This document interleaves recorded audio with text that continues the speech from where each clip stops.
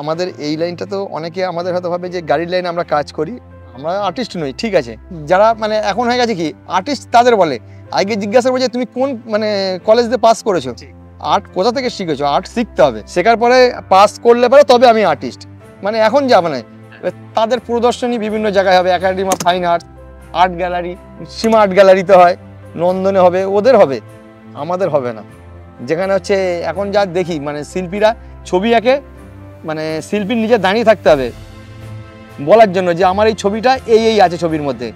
অনেকে ছবি কিনতে যায়, আমিও গেছি, এরকম দেখেছি অনেক প্রদর্শনীতে, যে স্যার এই ছবিটা, স্যার বোঝাচ্ছেন ছবি আঁকার পরে যে এটা এই এটা ওই।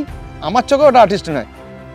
আমি যাই করব যেন আমার উদ্দেশ্য লোকে বুঝতে পারে, আমি কেন বলবো, ছবি কথা বলবে, আমি মনে করি সেই হচ্ছে আর্টিস্ট। অতএব আমি এখন আর্টিস্ট নয়।